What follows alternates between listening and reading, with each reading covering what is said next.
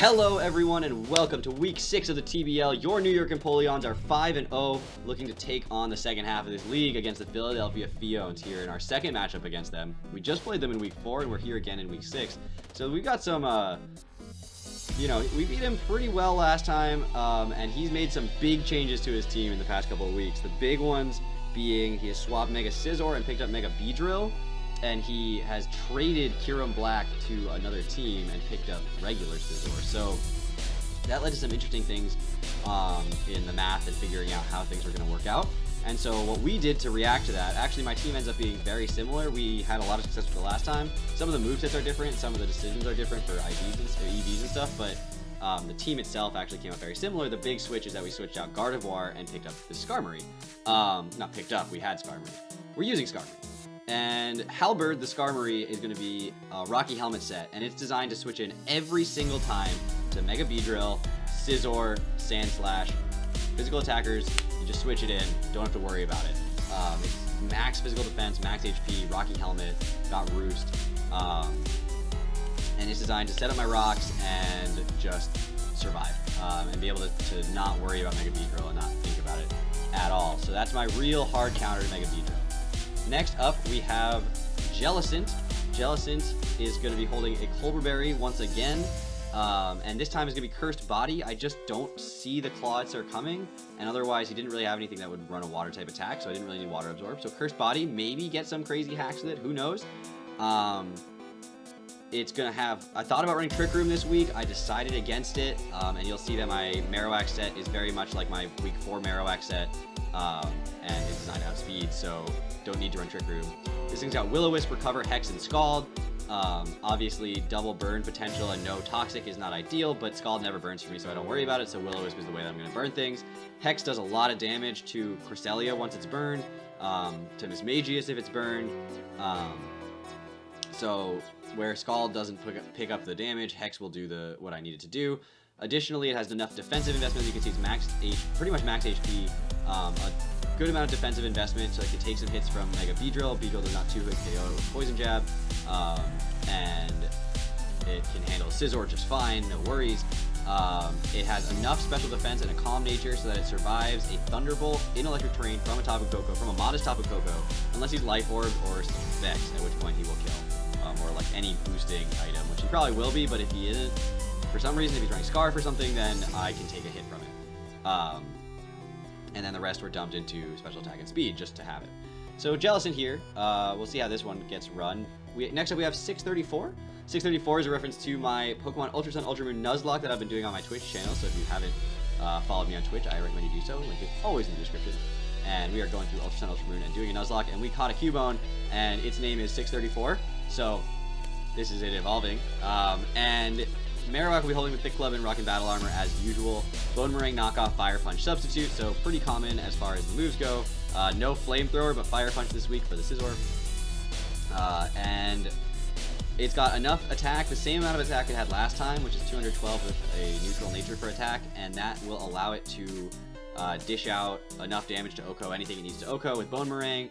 Knockoff does a ton of damage to Cresselia. It knocked off the item for Porygon 2, obviously. Fire Punch OHKO Scizor, as long as I keep the Thick Club substitute just for some tech, because every single Pokemon on his team, with very few exceptions, Clawitzer and Sandslash, for instance, gets super affected by this Marowak, and I don't care to super affect the Clawitzer. Again, I don't think he can bring it, and Sandslash, it still doesn't like taking hits from this thing.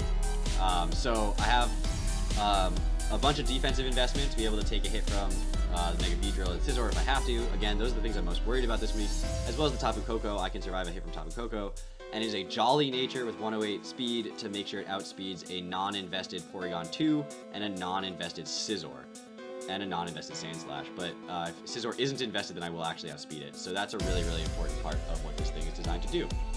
Next up, we have Venusaur. Mega Venusaur is going to be physical this week with an impish nature and a lot of defensive investment with some special bulk investment so that we can make sure we can take some hits from Tapu Koko and a lot of HP. It's going to be rocking Knockoff, Earthquake, Toxic, and Synthesis. As we know, Toxic never misses when it's used by a Poison type, so Venusaur should always be able to hit them on Cresselia, Porygon 2, Arcanine, Mismagius, whatever it needs to hit Toxic on, it can hit Toxic on. Knockoff's going to do a ton of damage against Cresselia, against Mismagius, his only 2 things that are immune to Earthquake. So he's got a pretty decent Earthquake weakness, which we're going to try to take advantage of between Tapu Koko and Arcanine and Nidoqueen and Dip Strikeout. So that's what this thing's going to do. It doesn't have any stab moves this week. We'll see how that goes.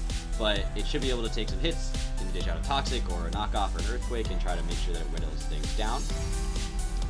Next up, we have Hothead. Now, I needed to run a Scarfer this week because the Mega Beedrill is terrifying, and I needed to make sure I could outspeed Koko and Mega Beedrill. And one option was Trick Room, the other option was Scarf. Scarfed Infernape made a lot of sense to me this week. It didn't need a ton of speed investment to guarantee it outsped, so it outspeeds Mega Beedrill at this rate, or at this range, by 1 point with the Scarf. And it OHKOs it with Fire Punch. U-turn allows me to have that Scarf pretty freely. Earthquake, as I said before, we're just going to spam a lot of Earthquake, and Close Combat handles Porygon 2 better than anything else would have, so that's really what that's there for. And this thing has some bulk investment into it. It has more special defense than physical defense to make sure that Porygon 2 downloads physical attack if it does come in on this thing, which I could expect it to, and because it could probably take a hit from it, as if he's not predicting me to go for Close Combat, or if he has the Mismagius, and I know he might bring that in, and you go into the Porygon 2 instead, and I just click U-turn or whatever, so it'll download physical attack and not special attack. And I didn't worry about it as much this time because it didn't do what he wanted to last time, and I think he thinks I'll prep for it more than I'm prepping for it right now, but I'm not so worried about it this time. Last time I was very worried about it. This time it doesn't threaten me as much. And last up we have Latias. Now Latias is going to be a really interesting set. As you can see, I've left it at level 100 here, just because I needed to make sure that the HP Fire IVs showed up the right way, but there we go at level 50. It is going to be rocking Reflect type, Psychic, Hidden Power Fire, and Shadow Ball with the Normalium Z. Now Normalium Z Reflect type gets a +1 special attack boost, and this week, as you can see, he's got no Dragon types. He's got no reason for me to run it. I mean, Kyurem's gone, so Dragon Psychic is honestly one of the worst possible types I could be. Every single thing on his team, pretty much it feels like, learns some sort of super effective damage against it. Tapu Koko's got Fairy, Scizor's got Bug, Cresselia can get Shadow Ball, and Icy Wind, and Porygon 2 can get Ice Beam and Shadow Ball, and Arcanine gets Crunch, and Nidoqueen gets Sucker Punch, and Mismagius, obviously. So, like, you should go down the list, and everything gets super effective damage on Dragon Psychic. So I was like, what if I'm not Dragon Psychic? So my goal is to get this thing in on something that outspeeds, Reflect type, maybe the Scizor, for instance. Reflect type on that, get to be a new type with the Normalium Z, get a +1 special attack, and so I'm not as weak to things, he's not as prepped for it, and then I get to just fire back with some really strong +1 attacks. I actually may have changed Psychic to Psy Shock. I don't actually remember if I made that change or not. I think I did because I was better against the Mismagius.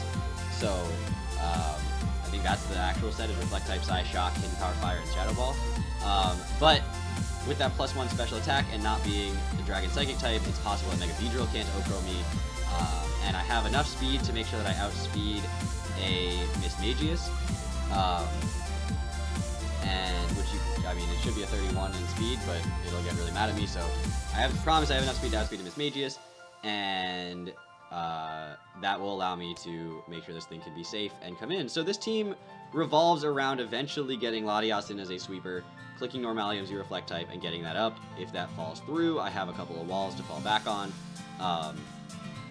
and Hothead is Scarf to clean up any stuff that's going on behind the scenes. Now, I really wanted to bring Lucario and couldn't find a place for it on this squad. If you could find a place for it on this squad, what would you get rid of if you were going to bring Lucario with Extreme Speed? Because that looked really good this week, was Extreme Speed Lucario, perhaps holding a Focus Sash. That would almost OHKO Mega Beedrill after rocks, stuff like that. So, really wanted to bring that, but couldn't find a place for it. So this is the team we're bringing. If I lose this week, I lose this week.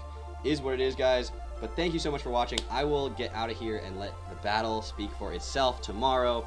For everyone who was who expected one last week, I apologize for there not being one. But again, we took a break for Ultra Sun, Ultra Moon release. So I will see you guys tomorrow with the battle, and hopefully all goes well. Bye-bye.